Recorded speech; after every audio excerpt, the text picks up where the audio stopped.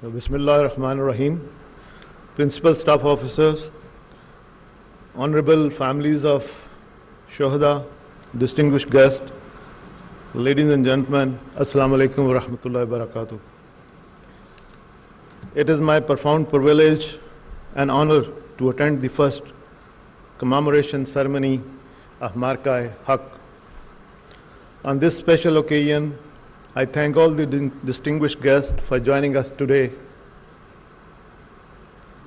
No doubt, the presence of Shuhada families and the war heroes make this event special and memorable for us all.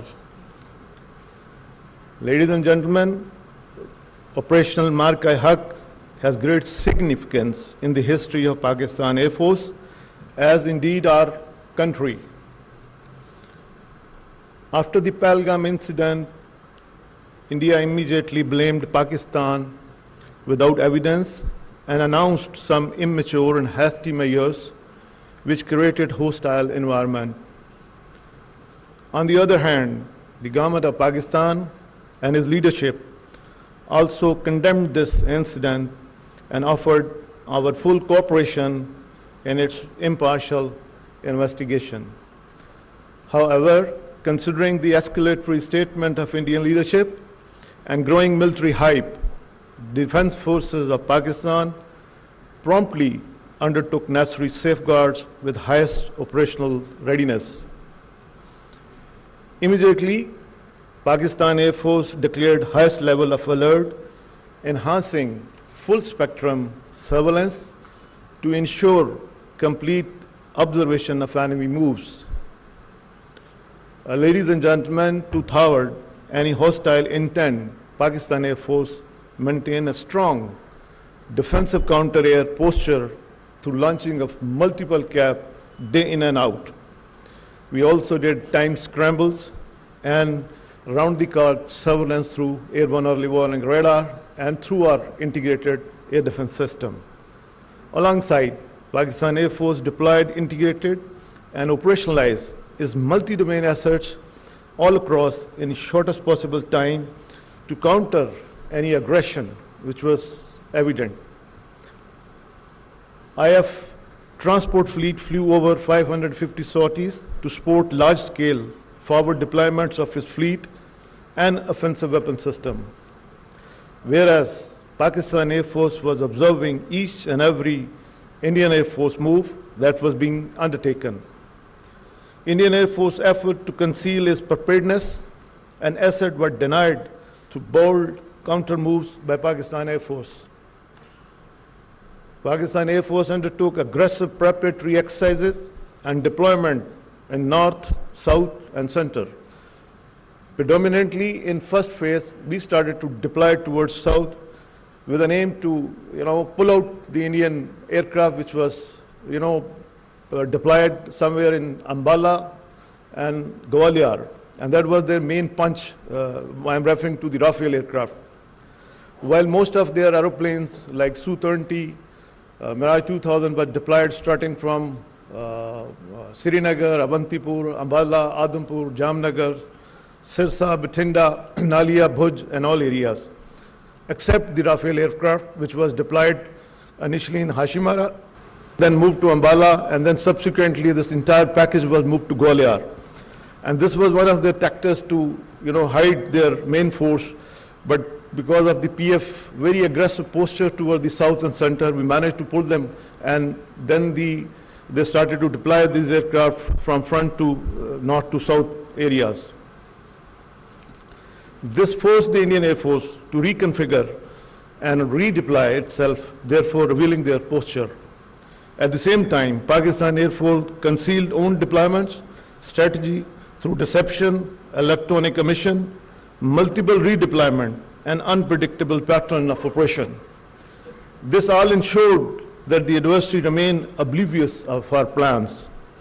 During this hostile buildup, Pakistan Air Force, being eyeball to eyeball with the adversary, maintained the highest state of readiness and continued to safeguard the aerial sovereignty of Pakistan.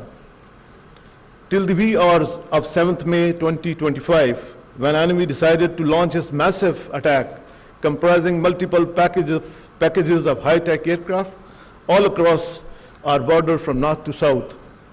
The move was picked up by Pakistan's cyber warriors much before it was detected by the traditional surveillance grid for Pakistan Air Force.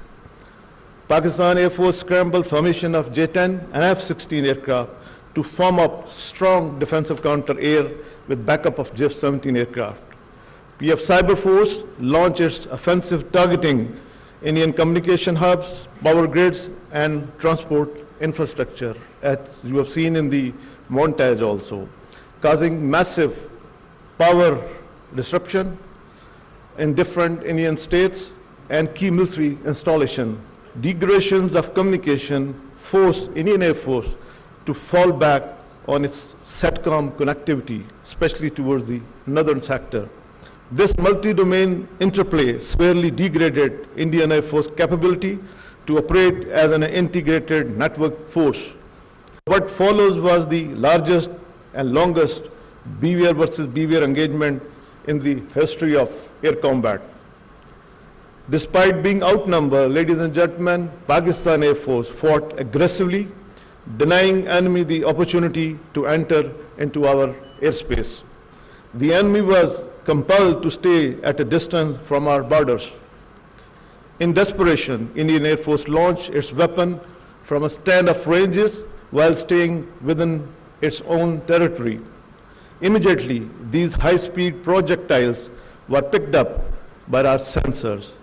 And to the enemy utter surprise, Pakistan Air Force, in an unprecedented switch, turned its defensive posture into offensive posture.